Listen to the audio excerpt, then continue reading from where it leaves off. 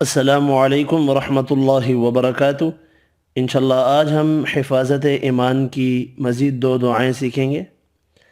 अल्लाहुम्मा इन्नी अस्अलुका खैरल मसअलति व खैरद दुआई व खैरन नजाहि व खैरल अमली व खैरस सवाबी وخير الحياة وخير الممات وثبتني وثقل موازيني وحقق إيماني وارفع درجتي وتقبل صلاتي وأسألك الدرجات العلى من الجنة।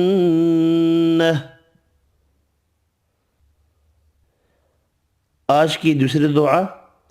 अल्लाहुम्मा इन्नी अस्अलुका الثبات في الأمر وأسألك عزيمة الرشد وأسألك شكر نعمتك وحسن عبادتك وأسألك لسانا صادقا وقلبا سليما وخلقا مستقيما وأسألك من خير ما تعلم واستغفرك مما تعلم إنك أنت علام الغयूब।